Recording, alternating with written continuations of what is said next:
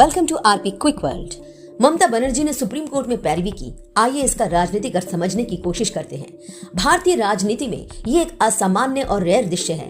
देश की सबसे बड़ी अदालत में एक सिटिंग मुख्यमंत्री खुद खड़ी होकर बोल रही हैं। उनके साथ वकील मौजूद है, कानूनी तैयारी पूरी है, फिर भी उन्होंने खुद अपनी बात रखी। ये कोई कानूनी मजबूरी नहीं थी, यह एक राजनीतिक चयन था और यही इस पूरे घटनाक्रम को साधारण खबर से निकालकर बड़े राजनीतिक संकेत में बदल देता है। ममता बनर्जी अच्छी तरह जानती हैं कि राजनीति सिर्फ फैसलों से नहीं, प्रतीकों से चलती है। सुप्रीम कोर्ट में खुद खड़े होना एक शक्तिशाली प्रतीक है।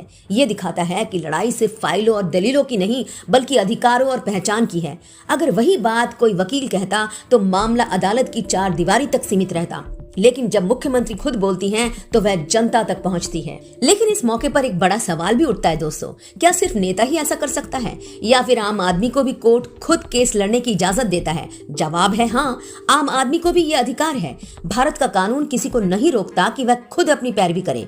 इसे पार्टी इन पर्सन कहा जाता है, यानी चाहे आप मुख्यमंत्री हो या आम नागरिक, अदालत के सामने खुद खड़े होकर अपनी बात रखने का हक आपको है। फर्क सिर्फ इतना है कि आम आदमी जब ऐसा करता है तो यह व्यक्तिगत संघर्ष माना जाता है, लेकिन जब वही काम एक मुख्यमंत्री करती है तो वह सीधा राजनीति बन जाता है। ममता बनर्जी ये बात अच्छी तरह समझती हैं, इसलिए उनका सुप्रीम कोर्ट में खुद बोलना सिर्फ कानून का इस्तेमाल नहीं है, बल्कि उस अधिकार का राजनीतिक प्रदर्शन है जो हर नागरिक को मिला हुआ है। वह अप्रत्यक्ष रूप से यह संदेश देती है कि अगर जरूरत पड़े तो जनता भी खुद सिस्टम के सामने खड़ी हो सकती है। अब इस पूरे मामले के केंद्र में आता है वोट और चुनाव आयोग।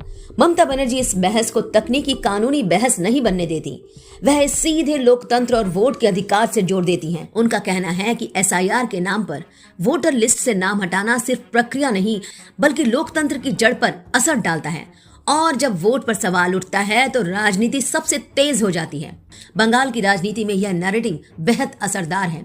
ममता बनर्जी हर चुनाव को सिर्फ सरकार बनाम विपक्ष की लड़ाई नहीं बनने देती, वह उसे दिल्ली बनाम बंगाल, ताकतवर बनाम आम जनता की लड़ाई में बदल देती हैं। सुप्रीम कोर्ट में खुद खड़े होकर उन्होंने वही कहानी राष्ट्र मंच पर पहुंचा दी है। बीजेपी के लिए यही सबसे बड़ी चुनौती है। बीजेपी बंगाल में संगठन और केंद्र की ताकत के सहारे चुनाव जीतने की कोशिश करती है, लेकिन ममता बनर्जी भावनात्मक और संवैधानिक लड़ाई खड़ी कर देती है। जब बहस विकास या योजनाओं से हटकर संस्थाओं और लोकतंत्र पर आ जाती है तो बीजेपी को रक्षात्मक स्थिति में जाना पड़ता है। इस पूरे घटनाक्रम का असर इंडिया गठबंधन पर भी पड़ेगा। विपक्ष लंबे समय से संविधान, लोकतंत्र और संस्थाओं की बात कर रहा है, लेकिन अक्सर यह आरोप लगता है कि यह सिर्फ भाषणों तक सीमित है। ममता बनर्जी का सुप्रीम कोर्ट में खुद खड़ा होना उस आलोचना का जवाब है। वह यह दिखाती है कि विपक्ष सिर्फ आरोप नहीं लगाता, बल्कि संवैधानिक मंच पर जाकर लड़ाई भी करता है। इससे इंडिया गठबंधन के भीतर ममता बनर्जी का कद और बढ़ता है। वह खुद को सिर्फ बंगाल की नेता नहीं, बल्कि फ्रंट लाइनर फाइटर के रूप में पेश करती हैं। जब बाकी नेता प्रेस कॉन्फ्रेंस कर रहे होते हैं तब वह अदालत के भीतर खड़ी दिखाई देती हैं। राजनीति में यह फर्क बहुत बड़ा होता है। अब यहाँ आम आदमी का सवाल फिर सामने आता है। कानून उसे भी वही अधिकार देता है जो ममता बनर्जी ने इस्तेमाल किया, लेकिन सच्चाई ये है कि आम आदमी के लिए कोर्ट की भाषा, प्रक्रिया और जटिलता बहुत मुश्किल होती है, इसलिए ज्यादातर लोग वकील रखते हैं। ममता बनर्जी के मामले में फर्क ये है कि उनके पास पूरी कानूनी टीम थी, फिर भी उन्होंने खुद बोलना चुना, सिर्फ संदेश देने के लिए। यह संदेश भविष्य की राजनीति से भी जुड़ा है। अगर बंगाल में चुनाव शांतिपूर्ण और निष्पक्ष होते हैं और ममता बनर्जी जीतती हैं तो यह लोकतंत्र की जीत कहलाएगी। अगर चुनावों को लेकर विवाद खड़ा होता है तो वह कह सकेंगी कि उन्होंने पहले ही सुप्रीम कोर्ट में चेतावनी दी थी। यानी ये एक ऐसा राजनीतिक दांव है जिसमें हर हाल में नैरेटिव उनके हाथ में रहता है। इसलिए सुप्रीम कोर्ट में ममता बनर्जी का खुद पैरवी करना सिर्फ एक रेयर कोर्ट सीन नहीं है, यह बताता है कि सत्ता, संविधान और आम आदमी के अधिकार तीनों एक ही कहानी में जुड़े हुए हैं। यह बंगाल की राजनीति, बीजेपी की रणनीति और इंडिया गठबंधन की दिशा सब पर असर डालने वाला कदम है। अब सवाल उठता है, क्या इससे बीजेपी बंगाल जीत पाएगी या हार जाएगी? सच्चाई ये है कि चुनाव केवल एक घटना से नहीं जीते या हारे जाते, लेकिन ये भी सच है कि ममता बनर्जी ने खेल की दिशा बदल दी है। उन्होंने चुनाव को विकास, भ्रष्टाचार या कानून व्यवस्था से हटाकर वोट और संविधान की लड़ाई बना दिया है। इस फ्रेम में बीजेपी को अतिरिक्त मेहनत करनी पड़ेगी। यह भी समझना जरूरी है कि ममता बनर्जी ने वकीलों को किनारे नहीं किया।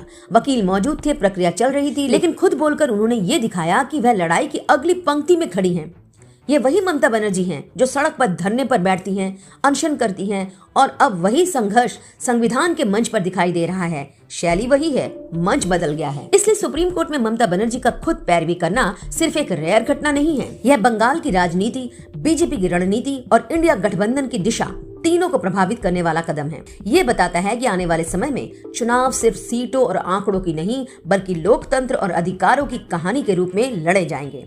और जब राजनीति उस स्तर पर पहुंचती है तो मुकाबला सिर्फ पार्टियों के बीच नहीं रहता, बल्कि नैरेटिव के बीच होता है।